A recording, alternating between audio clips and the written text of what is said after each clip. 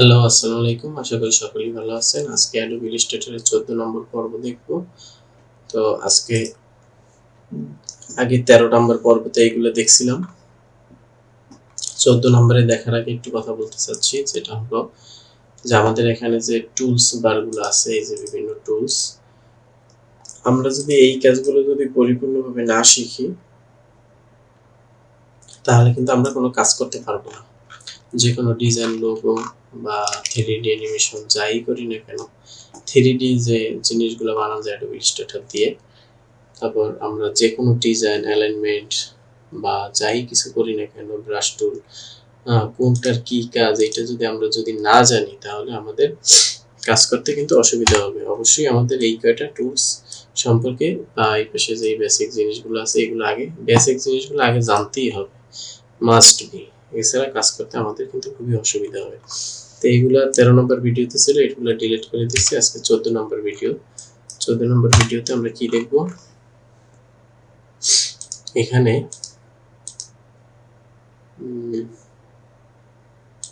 ওকে, এই যে purse participant grill টুল, এই যে পার্স পার্টিসিপেন্ট গ্রিল টুল আসছে। আমরা আজকে এইটার দেখব। পার্স পার্টিসিপেন্ট গ্রিল টুল এটা আসছে, এটা এখন কিভাবে আমরা সরাবো? আমরা যদি ডিরেকশন সিলেকশন টুলে ক্লিক দিই বা সিলেকশন টুলে ক্লিক দিই, ম্যাজিক টুলে, পেন টুল, টেক্সট, কোনোটা দিলেই কিন্তু যাচ্ছে না বা যাবে না। তাহলে কি করতে হবে? আমাদের ভিউতে আসতে হবে। ভিউতে এসে পার্স পার্টিসিপেন্ট গাইড, গ্রিডে ক্লিক দিলে এই হাই গ্রিডে ক্লিক দিলে হাইট হয়ে যাবে। আবার যদি এখানে এসে যদি পার্স গ্রিড যদি শো গ্রিড দিই, আবার এখানে শো গ্রিড হয়ে যাবে। তাহলে এটাকে এইভাবে করব, ভ্যানিশ করব, আবার আনবো, গেল। তারপর আমরা কি করব? আমরা রেক্ট্যাঙ্গেল টুল নিচ্ছি। আচ্ছা, রেক্ট্যাঙ্গেল টুল নিলে কিন্তু দেখেন এটা কিন্তু বেঁকা টেকা আসছে। যেভাবে মানে আমরা সোজা আঁকতে চাই কিন্তু সোজা আসতেছে না। কেন আসতেছে না? আমরা এটা কিভাবে করব? আমরা তিনটাকে সিলেক্ট করে ডিলিট করে দিচ্ছি। আমরা এটাকে সিলেক্ট করে তারপর আমরা ওয়ান প্রেস দেব, ওয়ান প্রেস চাপ দেব ওয়ানে।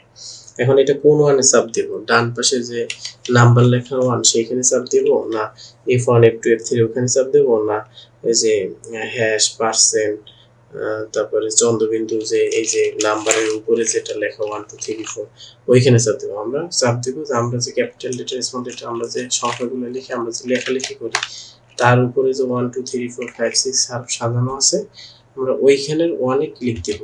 ওইখানে ওয়ানে যদি ক্লিক দিই, তাহলে আমাদের এরকম হচ্ছে। তো আমরা সোজাভাবে করতে চাইছি, যেটা আমরা সবসময় যেভাবে করি। তাহলে রেক্ট্যাঙ্গেল টুলে ক্লিক দিয়ে আমরা 4 এ ক্লিক দেব। 4, এই যে 4 এ ক্লিক দিছি। এখন যদি আমরা আঁকি, তাহলে আমাদের সোজা হবে। আচ্ছা, হইল। এটা কালারটাকে একটু আমরা পরিবর্তন করে দিই। তারপরে এখানে আবার আরেকটা ব্যবহার করি, এই করলাম। এটা কালারটাকে একটু পরিবর্তন করে দিচ্ছি। এখন এটাকে যদি আমরা সিলেকশন টুলে ক্লিক দিই, অল্টারে চাপ দিয়ে যদি এখানে নামাই, তাহলে একটা হয়ে গেল। তারপর যদি আমরা অল্টারে চাপ দিয়ে ডি তে চাপ দিই, আমাদের সব হয়ে যাবে একবারে। হ্যাঁ, তারপর আমরা এটাকে কালারটাকে একটু চেঞ্জ করে দিই বোঝার সুবিধার্থে। আচ্ছা, এটা আমরা লাল দিই, এটাকে আমরা অন্য একটা কালার দিই, আকাশ হলুদ দিলাম। হ্যাঁ, আচ্ছা, সব সিলেক্ট হয়ে গেল। আমরা এটাকে এটার সাথে মিলিয়ে দিলাম। আচ্ছা, গেল। এখন আমরা এটা কালারটা একটু চেঞ্জ করে দিচ্ছি, এটা দিচ্ছি যাতে বোঝার সুবিধার্থে। আচ্ছা, আমরা আমাদের মতো করলাম এটা। এখন কি করব? এখন এটা একটু ছোট করি।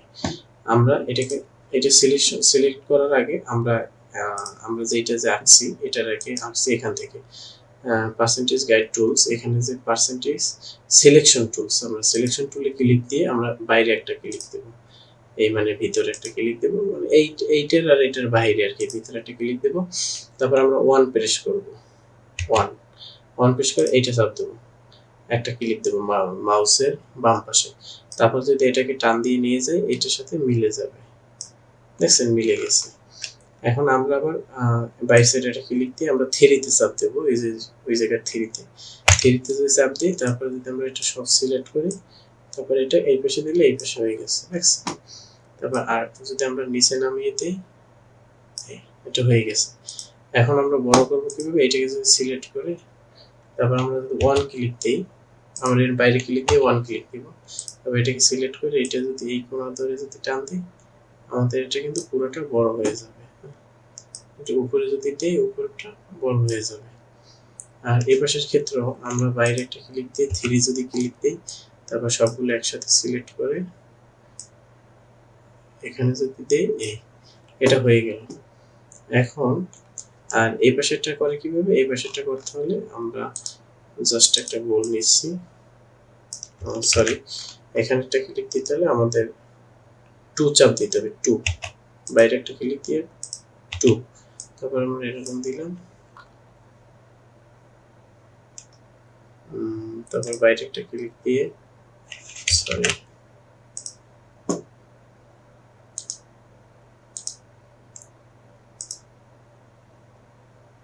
আচ্ছা বাইরে একটা 2 তে ক্লিক দিব, তার আগে যে পার্সেন্ট সেন্টার টুলসে ক্লিক দিয়ে বাইরে একটা ক্লিক দিলাম, তারপর 2 তে ক্লিক দেব, 2 তে ক্লিক দিয়ে যদি এটা এখানে আমি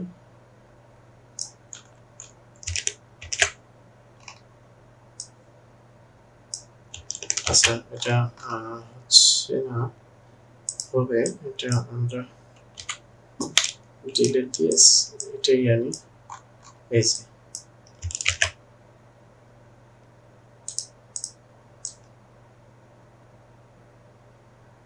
এটা উপরেরটা আসছে। আমরা যদি বাইরে ক্লিক দিয়ে যদি 5 এ ক্লিক দেই, তারপর এখানে যদি সিলেক্ট দেই, এটা উপরেরটা আসছে। আমরা চাইলে বাইরে ক্লিক দিয়ে 4 এ ক্লিক দিয়ে যদি এটা দিই, এটা উপরেরটা আসছে। এটা কিন্তু এই উপরেরটাই এই পাশে এরকম। আচ্ছা যাই হোক, এখন যদি আমরা ভিউতে যেয়ে যদি আবার পার্সেন্টেজ গাইডলাইনে ক্লিক দিয়ে যদি হাইড করে দিই, দেখা যাচ্ছে এখন এটা কিন্তু 3D এর মতো হয়ে গেছে। আমরা যদি 3D কোনো কাজ করি, যেমন আপেল বানাই, কমলা বানাই, বিভিন্ন logo design, 3D logo design quality যদি কোনো কিছু করতে যাই, আমরা Adobe Illustrator দিয়ে করতে পারবো, এইভাবে 3D করতে পারবো। হ্যাঁ, এটা হলো এই কাজের জন্য এইভাবে করা যায়। যাই হোক, এই ভিডিওটি এই পর্যন্ত। আশা করি সকলেই বুঝতে পারছেন। আবার নেক্সট নতুন কোনো ভিডিও নিয়ে আসবো।